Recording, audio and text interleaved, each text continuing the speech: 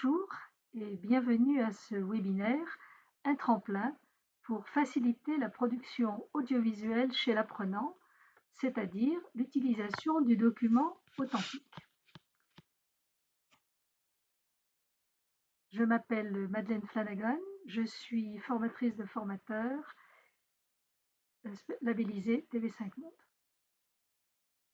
Je pense que nous sommes d'accord pour dire que la salle de classe est l'espace pour enseigner et apprendre, et c'est aussi l'espace où se rencontrent l'enseignant et l'apprenant. C'est un environnement numérique centré sur l'apprenant. Mais cet espace pourrait-il avoir une autre fonction, comme celle, par exemple, d'un studio où les apprenants produiraient des documents authentiques simples, un espace où celui-ci s'entraînerait à reconnaître des formats audiovisuels à partir de documents authentiques, ainsi en connaître les structures, les fonctions de communication et les actes de langage, à s'en inspirer pour produire, pour finalement être libre dans la langue étrangère qu'il apprend, la langue qu'il cherche à posséder. L'enseignant et l'apprenant collaborent dans cet espace, cet environnement numérique, en interaction,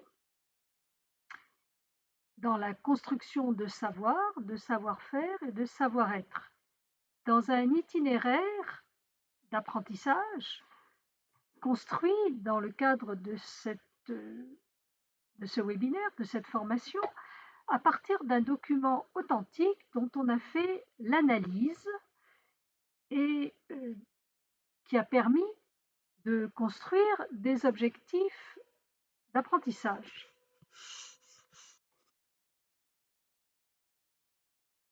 Dans le but de produire un document audiovisuel.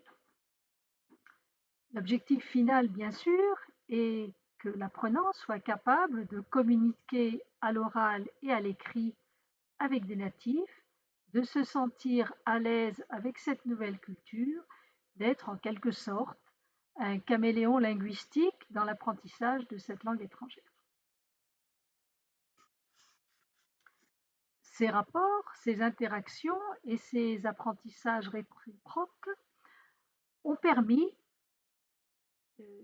d'évoluer dans cet écosystème numérique dans lequel de nombreux objets se connectent, des usages et des pratiques aussi sont en pleine mutation et les acteurs, à savoir les enseignants et les apprenants, interfèrent dans un espace de culture numérique où évoluent enseigner et apprendre.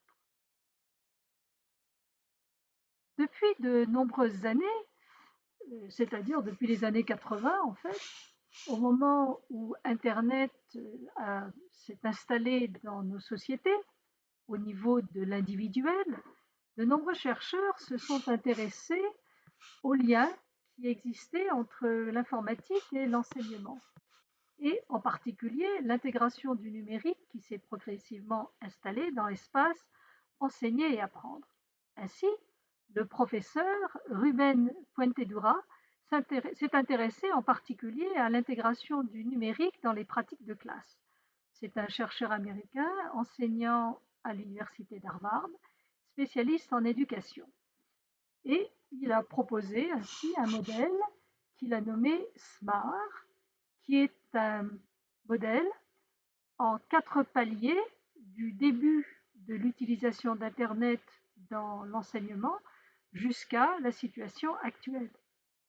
Ces 4 paliers se sont retrouvés en particulier sur 2 temps forts avec une amélioration et une transformation.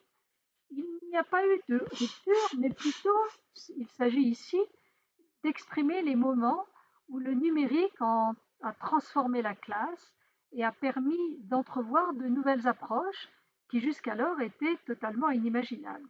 On est passé ainsi à des moments de substitution où le numérique permettait simplement d'effectuer des tâches, les mêmes tâches, mais tout simplement avec l'ordinateur, comme écrire sur un papier ou écrire sur Internet, sur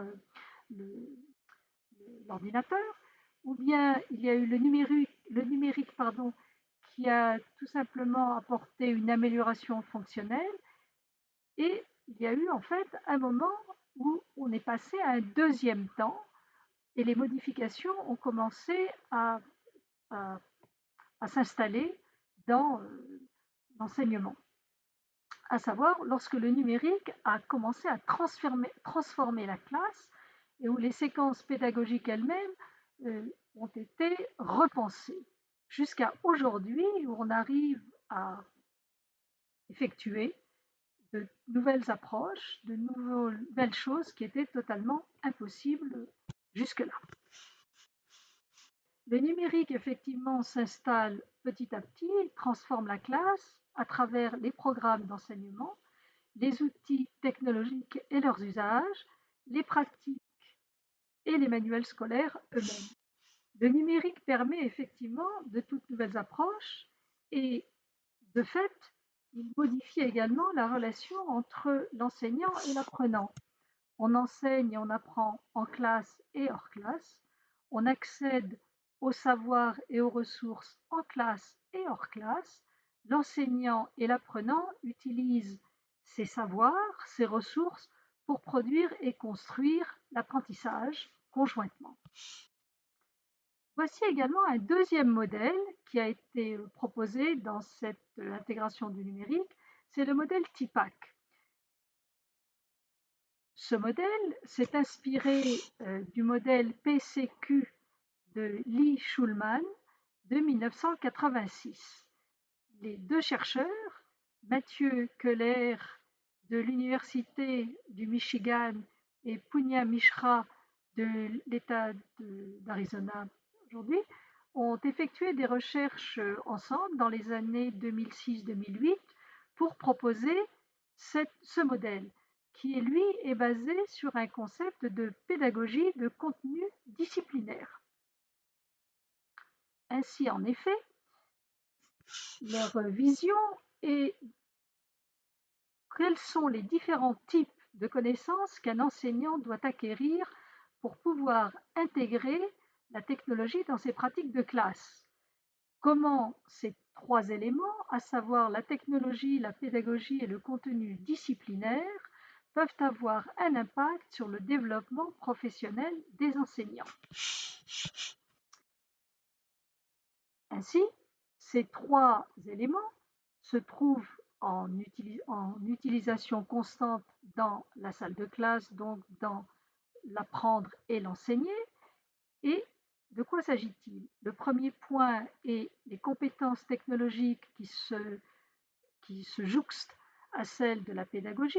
Dans un deuxième point, la technologie et les contenus disciplinaires. Et dans un troisième point, les les connaissances pédagogiques et les contenus disciplinaires. Pour finalement, lorsque les trois éléments se retrouvent en un point 4, qui est un point où se rejoignent l'intégralité de ses savoirs et de ses compétences.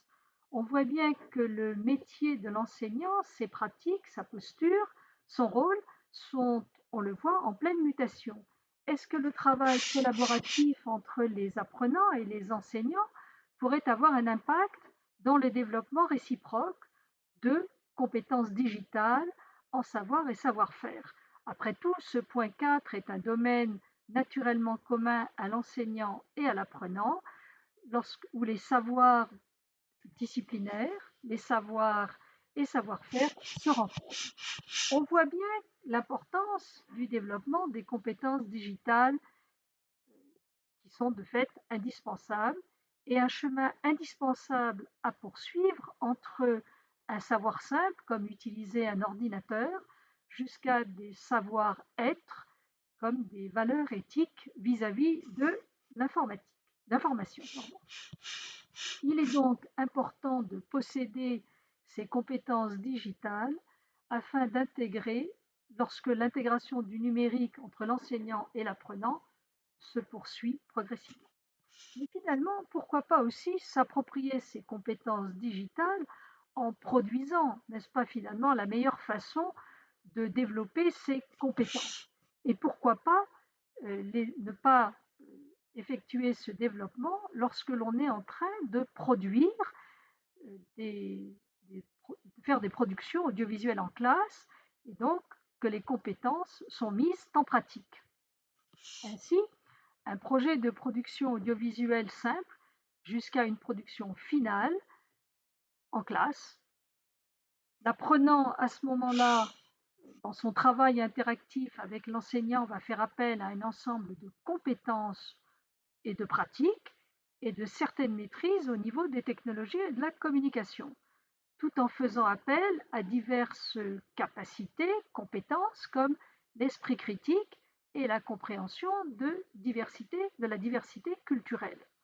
De tels projets obligent en effet, en, en utilisant ces compétences fondamentales, autres, réflexion et maîtrise, obligent donc l'apprenant et l'enseignant à participer et à partager, développer et construire tout en échangeant ses compétences et ses savoirs. En effet, dans l'écosystème numérique dont nous avons parlé au tout début de ce webinaire, apprenants et enseignants travaillent en collaboration et utilisent la multimodalité, à savoir des textes, des images et des sons pour apprendre et produire conjointement. Dans notre propos, les documents authentiques de TV5 Monde servent comme tremplin pour apprendre et ensuite pour créer des activités audiovisuelles individuelles uniques. Ainsi, une fois que l'enseignant a choisi un document authentique qu'il veut utiliser dans, en lien avec le programme ou avec son manuel, donc lorsqu'il a choisi ce document authentique audiovisuel, l'enseignant va structurer une fiche pédagogique qui regroupe les objectifs pédagogiques. Et pour construire cette fiche, il va combiner une analyse intégrale du document, donc une analyse, on va dire, beaucoup plus technique du document, comme une fiche du non-verbal, on va dire, un petit peu comme ce que j'avais expliqué dans une autre formation, et va combiner cette analyse intégrale à une démarche d'exploitation du document, une démarche apprendre et enseigner.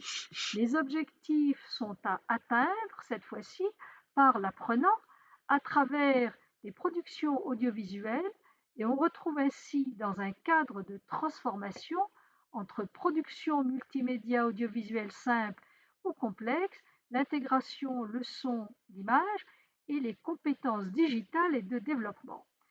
Donc, dans cet écosystème numérique, l'apprenant et l'enseignant vont utiliser pour l'apprenant créativité, entre autres. Ils vont aussi avoir de la collaboration entre les autres apprenants, entre la classe et l'enseignant et celui qui produit. Ils vont développer aussi la collaboration, la communication dans la langue d'apprentissage. Et pour l'enseignant, il se trouve plongé dans le numérique pour proposer et suivre des tâches qui jusqu'alors n'auraient pu être possibles et qui étaient même totalement extérieures au programme et aux habitudes d'enseignement, aux habitudes technologiques.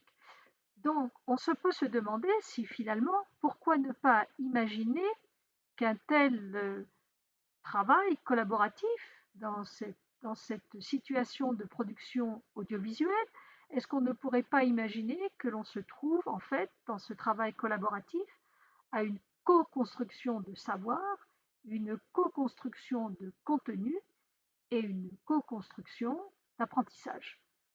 Finalement, on ne sait pas réellement, mais seule la pratique et la création de ces audiovisuels, de ces créations audiovisuelles par l'apprenant, pourra nous répondre et nous pourrons en discuter dans la formation qui suit ce webinaire. Donc, je vous dis à très bientôt. Merci pour votre écoute. À bientôt. Merci.